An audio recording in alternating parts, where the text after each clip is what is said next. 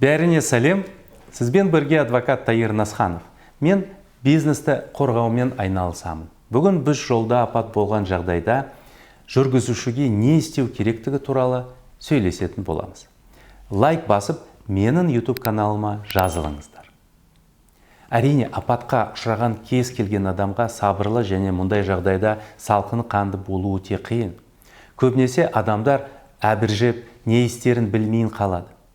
Бүгінгі күні жол апаты бұл өте нақты нәрсе және бұл кез келген адамда болуы мүмкін. Бұл видеода мен сізге заңнамасының талаптарына байланысты және сіздің қауіпсіздігіңіз үшін жасалатын қадамдық әрекеттер туралы айтып беремін.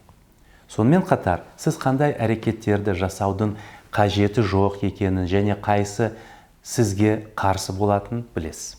Сонымен жол апаты болды делік.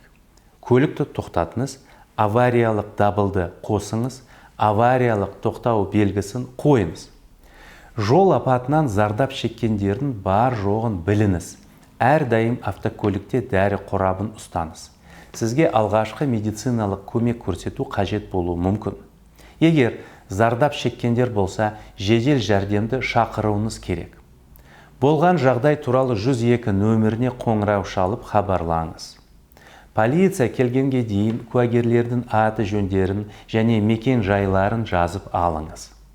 Полиция қызметкерлерінің маңызды әрекеттерінің бірі оқиғаны тіркеу. Егер олар орындалмаса, жол көлік оқиғасына кінәлі адамның сізге келтірілген залалды өтеу туралы ауызша сендіруін сот талқылауындағы іске қоса алмайсыз және кінәні дәлелдеу мүмкін болмайды. Сондықтан ешбір жағдайда жол апатында ішкі істер органдарының қызметкерлерінің шақырмау туралы ұсыныстарға келіспеңіз.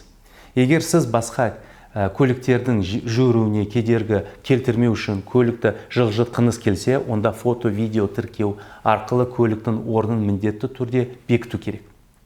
Егер сіз автомобильдің жағдайын белгілемесеңіз, көлікті кем дегенде 1 метрге жылжытсаңыз, онда сәйкесінше сізді жол апаты үшін кінәлі деп тану қаупі болады.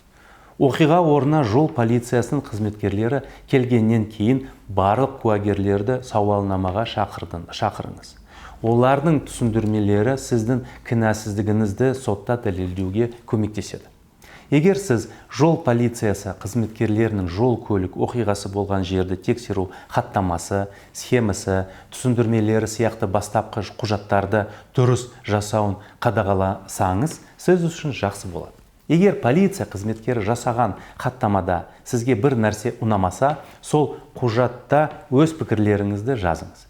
Болған жағдай туралы сақтандыру компаниясына хабарлаңыз және жол апатынан кейін қанда алкогольдің жоқтығына медициналық куәландырудан өтіңіз.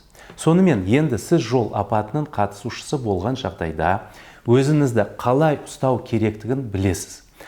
Сізбен бірге адвокат Тайыр Насханов болды. Мен бизнесті қорғаумен айналысамын. Егер осы видео немесе осы бизнесті қорғау туралы сұрақтар туындаса, түсініктемелерді жазыңыз. Мен жауап беруге тырысамын.